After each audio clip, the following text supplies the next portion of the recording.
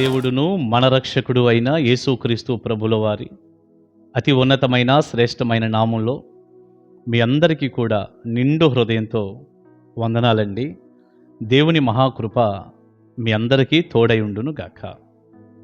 ఎలా ఉన్నారు మీరు? దేవుని కృపలో మీరందరూ క్షేమమే కదా? సంతోషంగా ఉండండి. మీ కన్నీటిని నాట్యంగా చేసే దేవుడు మీకున్నాడు.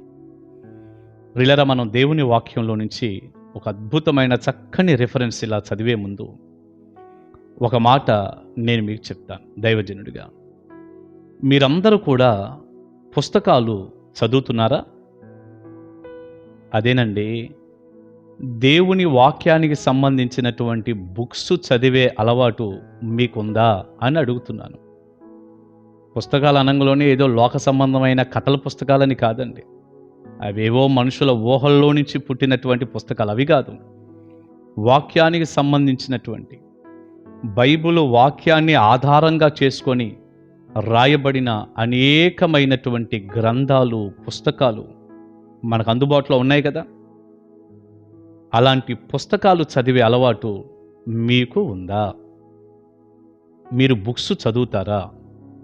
అసలు చదివే అలవాటు మీకుందా? ప్రతిరోజు బైబిల్ గ్రంథాన్ని బాగా చదువుతారా? మనం మొదటిగా చదవాల్సింది కేవలం పరిశుద్ధ గ్రంథమైన బైబిల్ గ్రంథమే. ప్రతిరోజు బైబిల్ గ్రంథాన్ని మనం చదవాలి. సాధ్యమైనంత వరకు మోకాళ్ళ మీద చదవాలి. 2, బైబిల్ గ్రంథంతో పాటు అనేక మంది దైవ సేవకుల ద్వారా పరిశుద్ధాత్ముడు మనకు అందించిన మంచి పుస్తకాలను చదవాలి. వాక్యాన్ని లోతుగా నేర్చుకోవటానికి, వాక్యాన్ని గురించినటువంటి వివరణ ఇంకా బాగా తెలుసుకోవటానికి, ముఖ్యంగా అనేక మంది దైవ సేవకులు, మిషనరీలు, భక్తులు వారు ఎలా సేవ చేశారో, ఎలా కష్టపడ్డారో, వారు సంఘాలను ఎలా కట్టారో, ఇవన్నీ మనకు తెలియచేసే జీవిత చరిత్రలు. ఇలా ప్రతి ఒక్క గ్రంథాన్ని కూడా ఆధ్యాత్మికంగా వాక్యానుసారంగా ఉన్నటువంటి ప్రతి పుస్తకాన్ని, వాక్యానికి భిన్నంగా ఉండే తప్పుడు పుస్తకాలు చదవమని నేను చెప్పటం లేదు సుమా, వాక్యానుసారంగా ఉన్నటువంటి మంచి పుస్తకాలను సేకరించి ఎక్కడ కనపడినా కూడా చక్కగా బుక్స్ కొనుక్కొని వాటన్నిటినీ భద్రం చేసుకొని ఆయా సమయాల్లో ప్రతిరోజు కూడా కొంత సమయం కేటాయించి బైబిల్తో పాటుగా రెండవదిగా పుస్తకాలు కూడా బాగా చదివే అలవాటు మనకుండాలి. అప్పుడు ఏమవుతుంది? వాక్య జ్ఞానం మనకి ఖచ్చితంగా కలిగింది. ఆత్మ చాలా ఫలభరితంగా ఉంటుంది. మీరు ఎక్కడున్నా ఓ పుస్తకాన్ని దగ్గర పెట్టుకొని చదవచ్చు. ప్రయాణంలో ఉన్నా ఒక బుక్కు చదవచ్చు. ఎక్కడ మీకు కొంత సమయం దొరికినా వెంటనే మీ బ్యాగ్లో ఉన్నటువంటి ఆ బుక్కును ఓపెన్ చేసి చక్కగా చదువుకొని ఎంత దీవించబడచ్చో. ప్రియులారా, ఈ మధ్యకాలంలో యెరూషలేములో నెహెమ్యా అనే ఒక తమ్ముడు ఉన్నాడు. వీడియోస్ అలా పెడతా ఉంటాడు. ప్రియులారా, కొన్ని చిన్న చిన్న షార్ట్లు నేను చూశాను. చూసినప్పుడు అందులో ఏం పెట్టాడు తమ్ముడు, ఏం తీశాడంటే, యెరూషలేములో ఆయా ప్రాంతాల్లో తిరుగుతున్నప్పుడు ఇప్పుడు బస్సులు ఆగేటటువంటి చిన్న చిన్న బస్ స్టాండ్స్ ఉంటాయి కదా, ఆ బస్ స్టాండ్స్ పక్కనే కొన్ని బుక్స్ పెట్టి ఉంచుతారు. కాస్త ఒక చిన్న బాక్స్ ఒకటి పెట్టారు. ఆ బాక్స్లో కొన్ని పుస్తకాలు అక్కడ ఉన్నాయి. మరొక బస్ స్టాండ్కి దగ్గర అయితే ఒక చిన్న సెల్ఫ్ లాగా ఉంది. దానికి ఇట్లా 2 అరలు ఉన్నాయి. ఆ లోపల చాలా పుస్తకాలు పెట్టారు. బస్ స్టాండ్ల దగ్గర ఇవి ఎందుకు ఇలా పెట్టారంటే, వారు ఎక్కాల్సినటువంటి బస్సు కాస్త రావటానికి 5 నిమిషాలు, 10 నిమిషాలు, 15 నిమిషాలు లేట్ ఉందనుకోండి, అక్కడ స్క్రీన్ మీద కనపడతా ఉంటుంది, మీ బస్సు ఇంకా 15 నిమిషాల్లో వస్తుంది, ఒక 20 నిమిషాల్లో వస్తుంది, 10 నిమిషాల్లో వస్తుందని అక్కడ స్క్రీన్ మీద ఆ టైం పడుతూ ఉంటుంది. ఓకే, నా బస్సు రావటానికి ఇంకో 15 నిమిషాలు టైం ఉంది కదా అని వాళ్ళు ఖాళీగా ఉండరట. వెంటనే ఆ పక్కనే ఉన్నటువంటి బుక్ తీసుకొని, యూదులకున్న ఒక చక్కని అలవాటు చూడండి, ఆ పుస్తకాన్ని తీసి వారు చదువుకుంటారు. ఆధ్యాత్మికమైనటువంటి ఆ పుస్తకాన్ని చదువుకొని వారు ప్రార్థనాపూర్వకంగా ఎంత దీవించబడతారో. ప్రియులారా, ఒకసారి ఆగి ఆలోచించండి. అవి చూసినప్పుడు నాకు ఎంత ఆశ్చర్యం వేసిందో, ఎంతో సంతోషమైంది.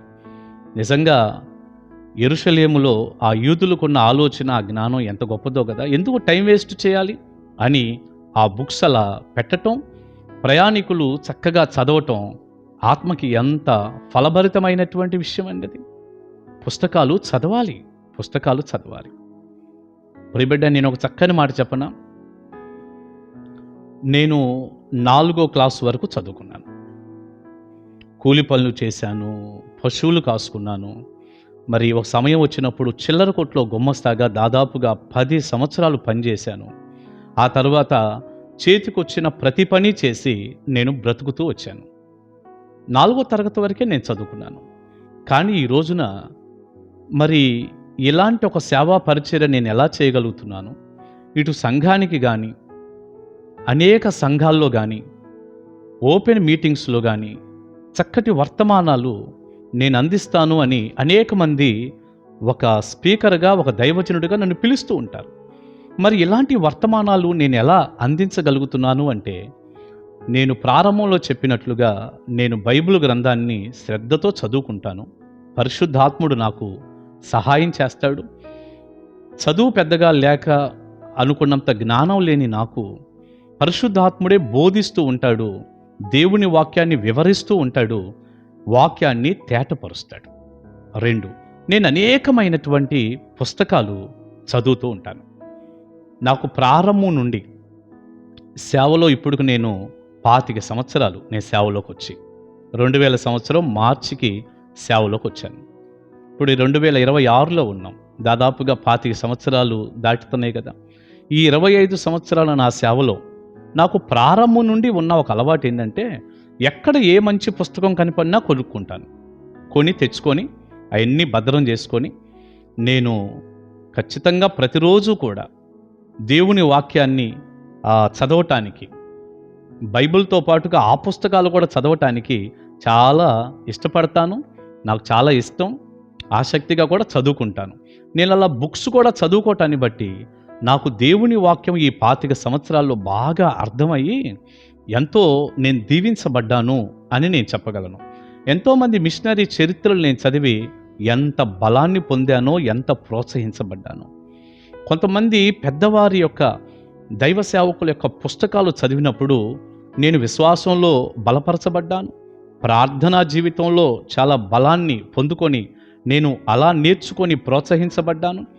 పరిశుద్ధంగా ఎలా బ్రతకాలి, మరి అబద్ధం ఆడకుండా ఎలా జీవించాలి, సత్యమే ఎలా పలకాలి, ఇదిగో నమ్మకంగా ఎలా ఉండాలి, ఈ రోజున నేను ఈ మాత్రం పరిశుద్ధంగా జీవించగలుగుతున్నాను అంటే పరిశుద్ధ గ్రంథంతో పాటుగా అనేక మంది పెద్దవారి యొక్క పుస్తకాలు, వారి యొక్క రచనలు, వారి యొక్క వ్యాఖ్యానాలు, వారి అనుభవాలు, వారి జీవిత చరిత్రలు నాకు ఎంత ఉపయోగకరంగా ఉన్నాయి అంటే నిజంగా నేను దేవుణ్ణి ఎంతో స్తుతిస్తున్నాను.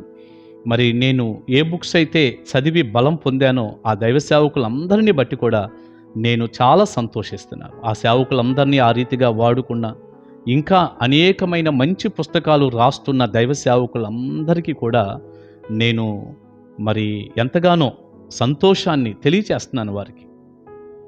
వారిని ఇంకా దేవుడు దీవించాలి, ఇంకా బలపరచాలి, వారిని ఇంకా వాడుకోవాలి. సరే, నా దగ్గర ఎన్ని పుస్తకాలు ఉన్నాయో మీకు ఒకసారి నేను ఈ వీడియోలో నుండి కొన్ని ఫొటోస్ ఇలా మీకు చూపిస్తాను. ఒక సమయంలో బీరువా ఒకటి పెద్దది తెచ్చుకుందాం, ఉన్నటువంటి బీరువా సరిపోవట్లేదు బుక్స్ కని పెద్ద బీరువా ఒకదాన్ని తీసుకొచ్చుకొని ఆ బీరువాల్లో ఈ బుక్స్ అన్నీ కూడా సర్దుకోవాలి. బీరువా మారుస్తున్న సమయంలో ఆ పుస్తకాలన్నీ కూడా ఈ బీరువాలో నుంచి ఆ బీరువాలోకి పెట్టే క్రమంలో మంచం మీద ఇలాగా పరిచాను. అక్కడ కొన్ని ఫొటోస్ తీసాం గత కాలంలో 2 సంవత్సరాలు 3 సంవత్సరాల క్రితం. అవి ఒకసారి మీకు నేను చూపిస్తాను, అవి మీరు చూడండి.